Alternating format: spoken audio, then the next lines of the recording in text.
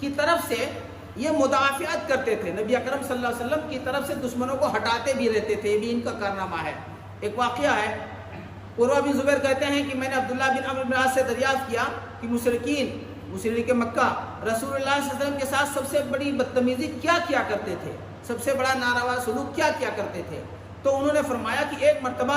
خانہ کعبہ کے اندر آپ صلی اللہ علیہ وسلم نماز پڑھ رہے تھے، ایک بڑا اجٹ بدماش عقبہ بن ابی معیط آیا اور اس نے آپ صلی اللہ علیہ وسلم کے گلے میں کپڑا ڈالا اور بڑی زور سے کھینچا۔ اب کپڑا گلے میں ڈال کے کوئی کھینچے تو وہ کس جائے گا، پھر آدمی کی جان چلی جائے گی، دم گھٹ جائے گا، آدمی انتقال کر جائے گا۔ ابو بکر رضی اللہ تعالیٰ عنہ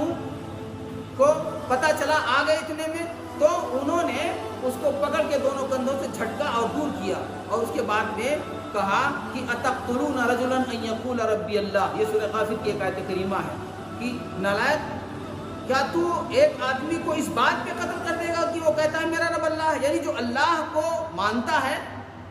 اس کا یہ جرم ہے، اسے قتل کر دے گا۔ تو نبی اکرم صلی اللہ علیہ وسلم کی ذات سے یہ دفاع بھی کیا کرتے تھے، ہٹایا بھی کرتے تھے۔ ابو بکر رضی اللہ تعالیٰ عنہ کا ایک کارنامہ اور ہے کہ آپ تو ستائے جاتے تھے، آپ برداشت کرتے تھے، جبکہ آپ بہت بڑے گھرانے کے تھے،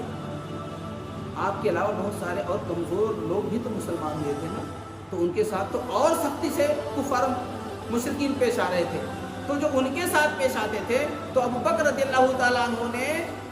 ان کے لیے اپنے مال کا دروازہ کھول دیا، دہانہ کھول دیا۔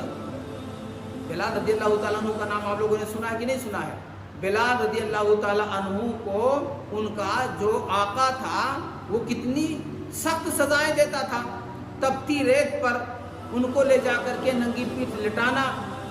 سینے پہ بھاری پتھر رکھ دینا، اور یہ کہنا کہ تم نہ محمد صلی اللہ علیہ وسلم کا انکار کرو، لات و عزیٰ کو معبود مانو۔ اتنی سخت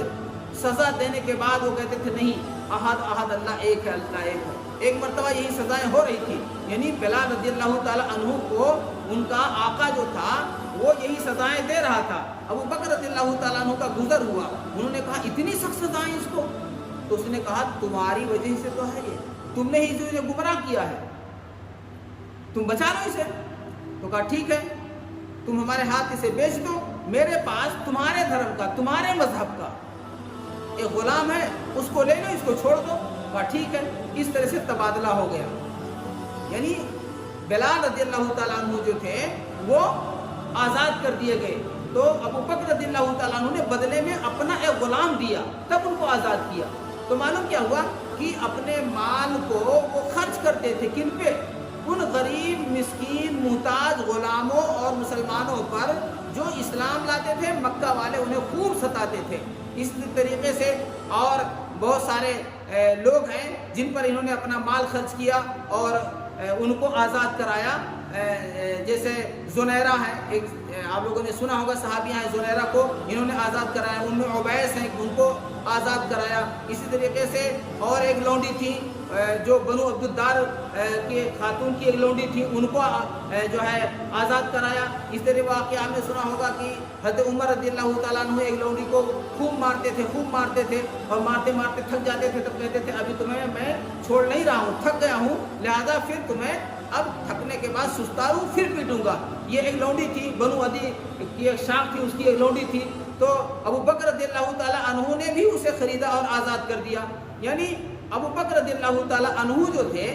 وہ اسلام لائے، جان مال کے ساتھ آپ صلی اللہ علیہ وسلم کی ہر طرح سے مدد کی، اور آپ صلی اللہ علیہ وسلم پر اپنی جان کے ساتھ ساتھ مال کو بھی قربان کیا اور مال کو بھی نچھاور کیا۔